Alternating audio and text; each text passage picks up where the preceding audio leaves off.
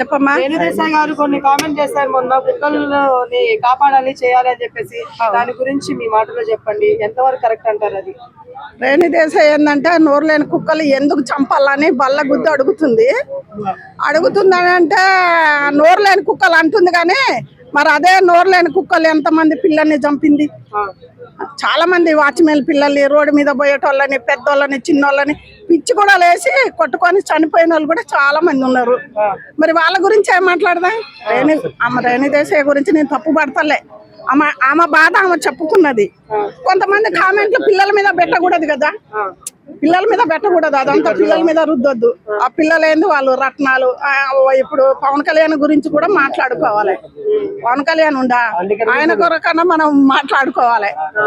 కావున ఇప్పుడు పిల్లకాయల ప్రాణాలు తప్పేం కాదు, అలా అని చెప్పి అన్ని పుణ్యం తెలియని మిగతా కుక్కలు కూడా చంపేయడం అనేది రాంగే కదా.